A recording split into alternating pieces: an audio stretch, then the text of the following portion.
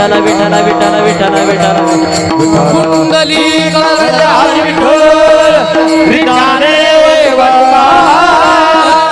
पंढरीनाथ भगवान की जय।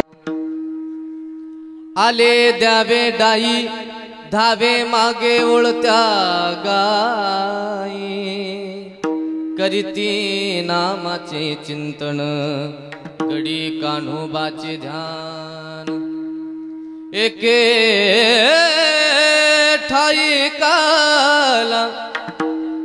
ठाई काला तुका म्हणे भाविकाला करीती नामाचे चिंतन गडी कान्होबाचे ध्यान विठ्ठल विठ्ठल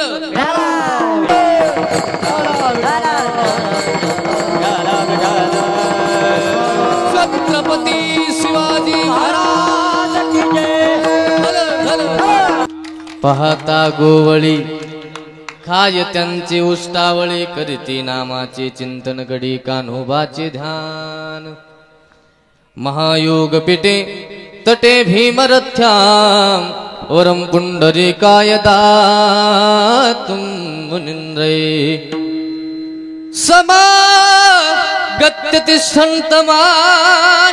समागत्यतिष्ठन्तमानन्दकन्दं परब्रह्मलिंगं भजे पांडुरंग करू प्रथम नमन पांडुरंग करू प्रथम नमन पांडुरंग करू प्रथम नमन पांडुरंग करू प्रथम दूसरे चरण संताजिया दूसरे चरण संताजिया दूसरे चरण संताजिया दूसरे चरण संताजिया दूसरे चरण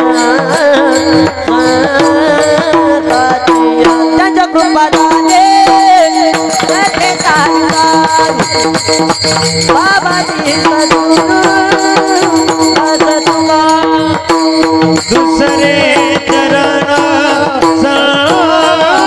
संताजिया दूसरे चरण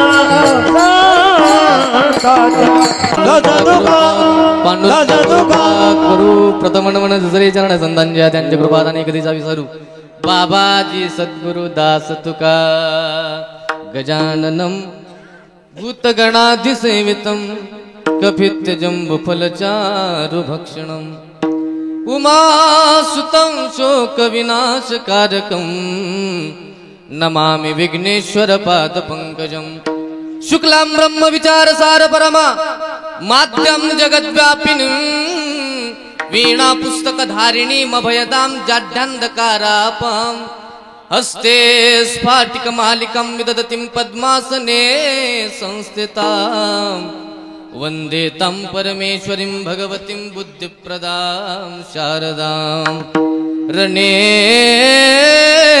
कृष्णबीभस्तु संवादभूतो रुगितार्थबोधाय ज्ञानेश्वरीमय कृतिनिर्मिता येन च प्राकृतोक्त्या समाधिस्थमूर्तिं भजे ज्ञानदेवम् ओ नमो ज्ञानेश्वरा ओ नमो ज्ञानेश्वरा ओ नमो ज्ञानेश्वरा ओ नमो ज्ञानेश्वरा ओ नमो ज्ञानेश्वरा हे करुणा करा दयाळा करुणा करा दयाळा तुमचा अनुग्रह लादलो तुमचा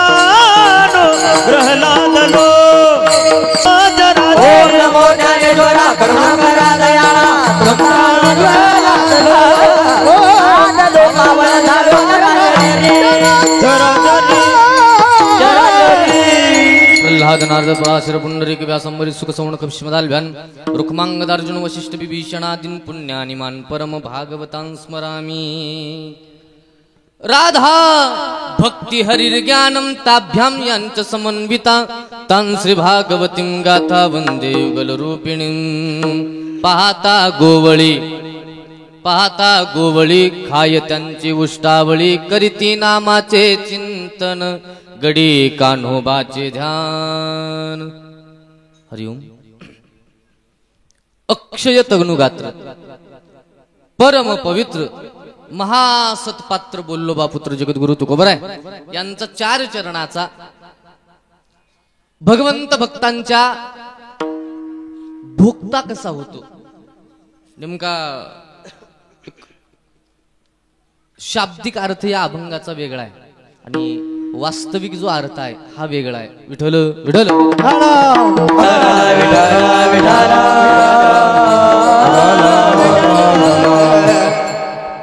जगद्गुरु तुकोबरा या अभंगातून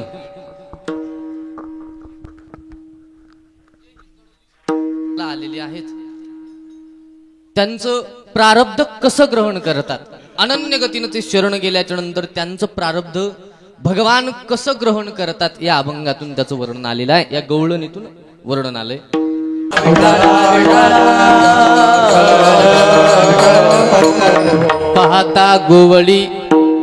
पाहता गोवळी खाय त्यांची उष्टावळी करीती नामाचे चिंतन गडे कान्होबाचे ध्यान जगद्गुरु तुकोबरा या अभंगातून भगवंताचं प्रेम वक्तव्य करायला लागलेले आहेत भक्ताविषयी काय प्रेम आहे जगद्गुरु तुकोबराय सांगतात गोवळी आता पहिलाच शब्द गोवळी वापरलेला आहे गोवळी नेमकं काय आहे तुम्ही 7 दिवसांपर्यंत कथा ऐकली गोवळी म्हणजे काय गोनाम इंद्रिय गोनाम गाय गोनाम गोपाल इंद्रियांची उष्टावळी गोनाम गाय गायींची उष्टावळी गोनाम गोपाळ गोपम आनंदम दधाती गोविंद जो गोविंद आहे या तिघांचीही उष्टावळी खातो पण उष्टावळीचा प्रकार करत असताना उष्टावळी म्हणजे अन्न हे नाही उष्टावळी म्हणतात यांनी जन्मोजन्मीचं केलेलं कर्म ते पाप कर्म असेल पुण्य कर्म असेल परमात्मा ते पाप कर्म हरिपाठामध्ये नाथबाबा वर्णन करतात केले कर्म झाले त्याची भोग आले केले कर्म झाले त्याची भोग आले केले कर्म झाले त्याची भोग आले केले कर्म झाले त्याची भोग उपजले मेले ऐसे कीती उपजले मेले ऐसे की उपजले मेले उपजले मेले हरिमुखी गाता हर पल चिंता हरिमुखी गाता हर पल चिंता हरिमुखी गाता हर पल चिंता हरिमुखी गाता हर पल चिंता हरिमुखी गाता हर चिंता हरिमुखी गाता हर पल चिंता हरिमुखी गाता हरिमुखी गाता हर पल चिंता एका जनार्दनी भोग प्रारब्धाचा हरी कृपे त्याचा हरी कृपे त्याचा नाश एका जनार्दनी भोग प्रारब्धाचा हरी कृपे त्याचा नाश हरी कृपे त्याचा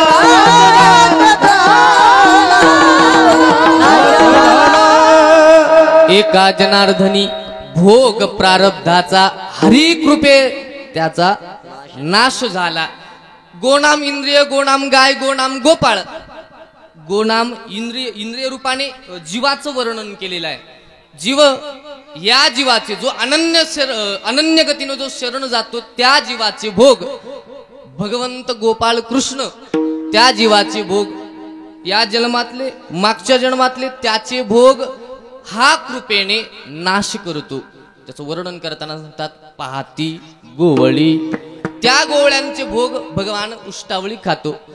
ज्याचं वर्णन करत आता इथं तर गीतेमध्ये वर्णन आलं 16व्या अध्यायामध्ये.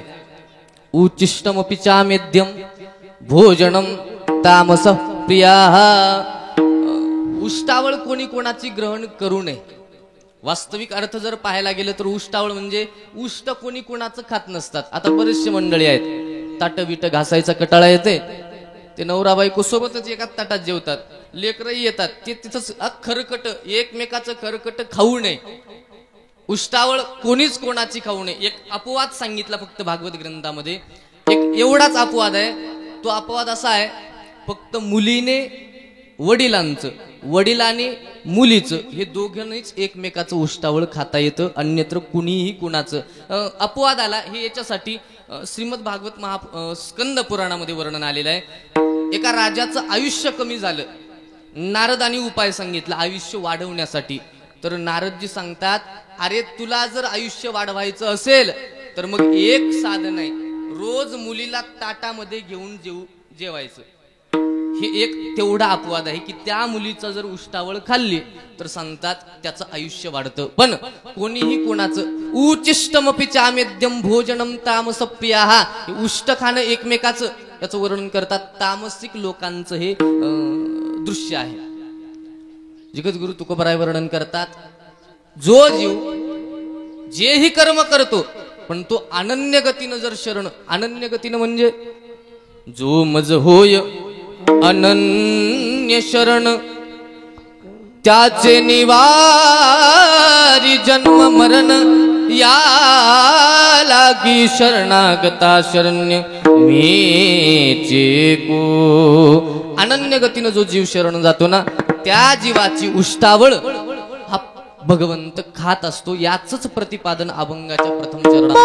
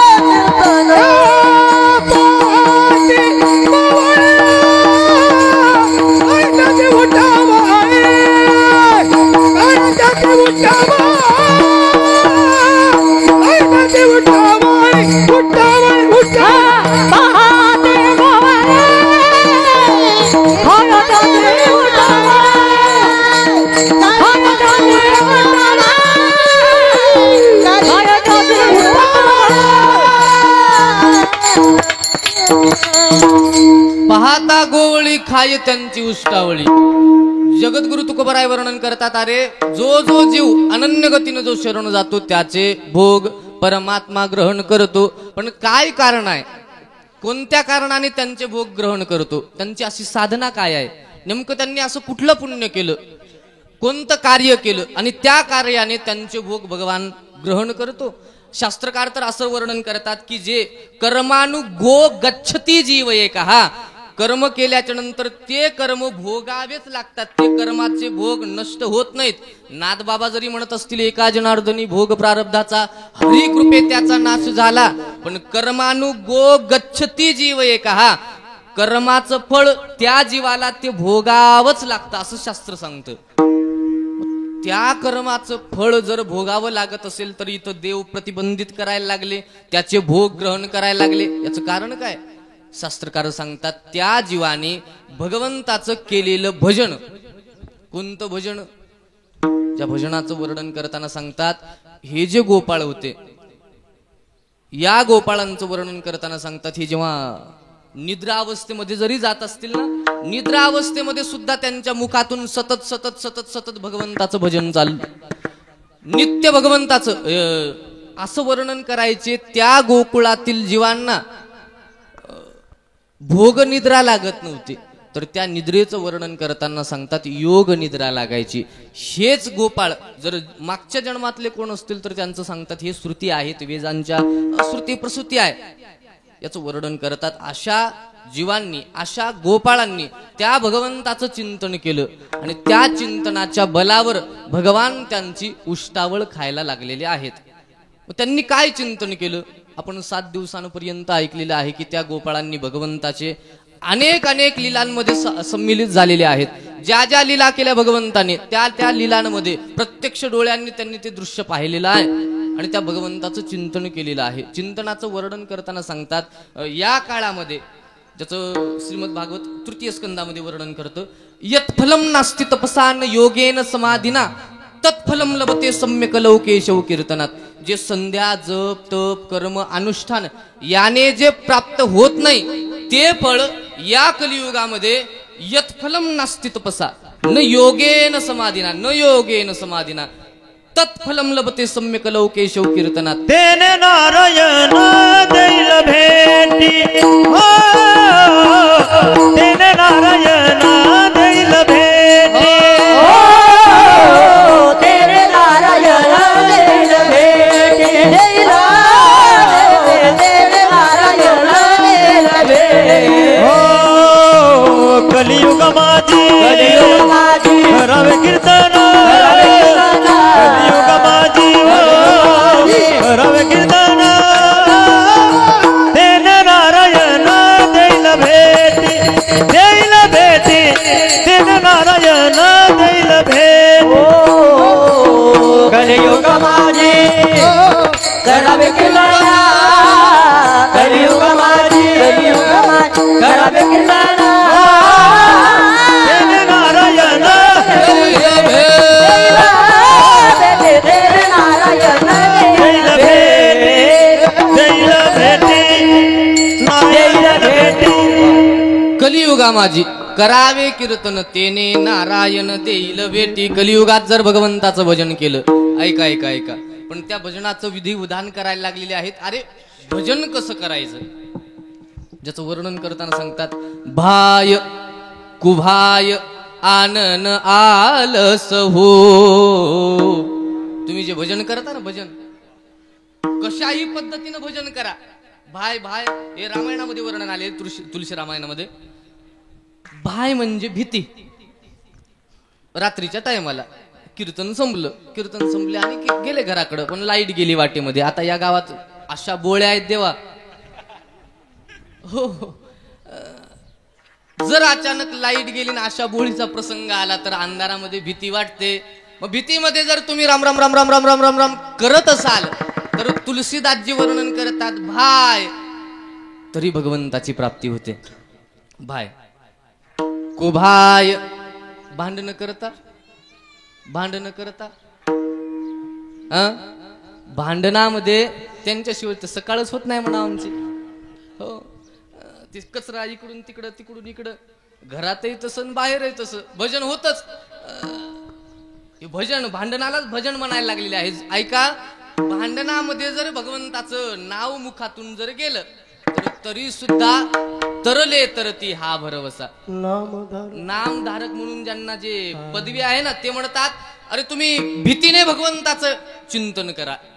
तुम्ही भयाने, भीतीने तुम्ही कुभाय म्हणजे भांडणामध्ये आनन आलस हो. झालं 2 मिनिटात. मला माहिती आहे तुम्ही 1-2-3 तास झाले परिक्रमा गावाची केली, सगळ्यांना आळस आलेलाच आहे, सगळे प्रतीक्षाच करायला लागलेले आहेत, कधी संपत कधी मी संपवणार आहे असं नाही. पण ऐका, आनन आलसहू आळस येतो ना. संत वर्णन करतात अरे आळसाने हरी बोला भांडता हरी बोला भांडता उठता बैसता हरी बोला उठता बैसता हरी बोला हरी बोल म्हणता हरी बोल म्हणता उठता बैठता हरी बोला उठता बैठता हरी बोला हरी बोला भांडता हरी बोला भांडता हरी बोल म्हणता हरी बोल म्हणता हरी बोला भांडता हरी बोला भांडता हरी बोल म्हणता हरी बोल म्हणता हरी बोला भांडता हरी बोला भांडता उठता बैसता हरी बोला उठता बैसता हरी बोला हरी बोला उठता बैठता हरी बोला उठता बैठता हरी बोला हरी बोला हरी बोला हरी बोला हरी बोला हरी बोला भांडता हरी बोला कांडता उठता बैसता हरी बोला भाय कुभाय आनन आलसहू. आळसाने जरी असं केलं ना तुम्ही हे राम आळसाने जरी त्या देवाचं नाव मुखातून गेलं तरी संत वर्णन करतात अरे अशा पद्धतीने जरी विठ्ठल विठ्ठल विठ्ठल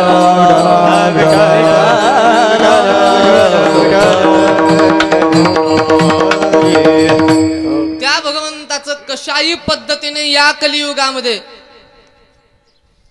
जसं तुलसीदासजी वर्णन करतात एके ठिकाणी मकर 85 माया कारण मकर 85 माया कारण अब तो भी सबयो ऋतु ने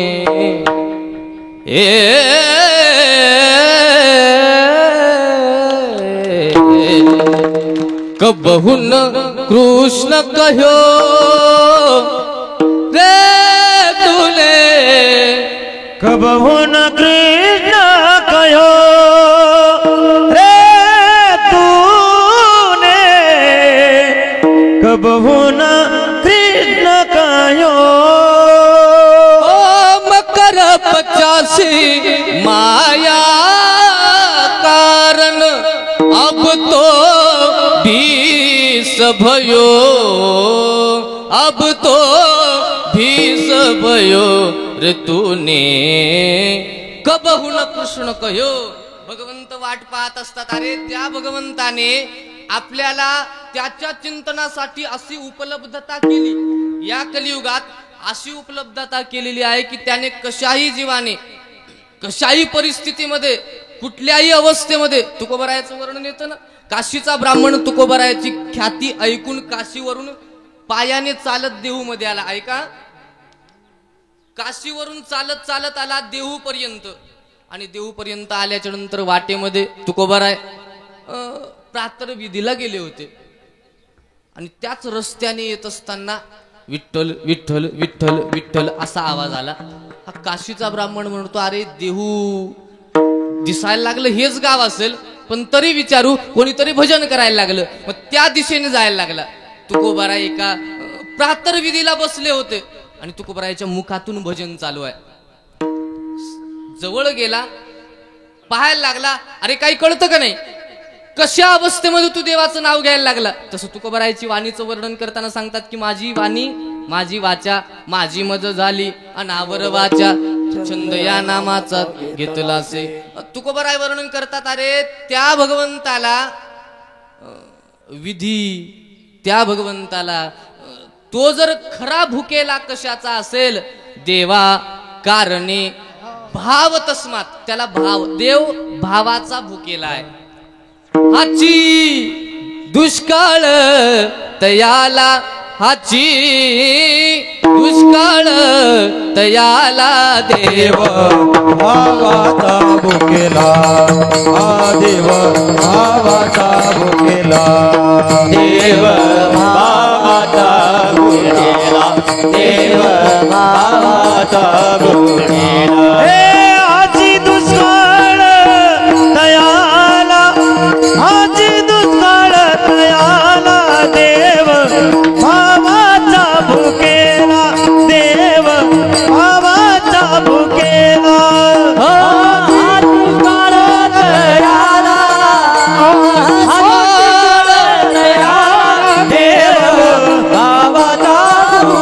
देव भावाचा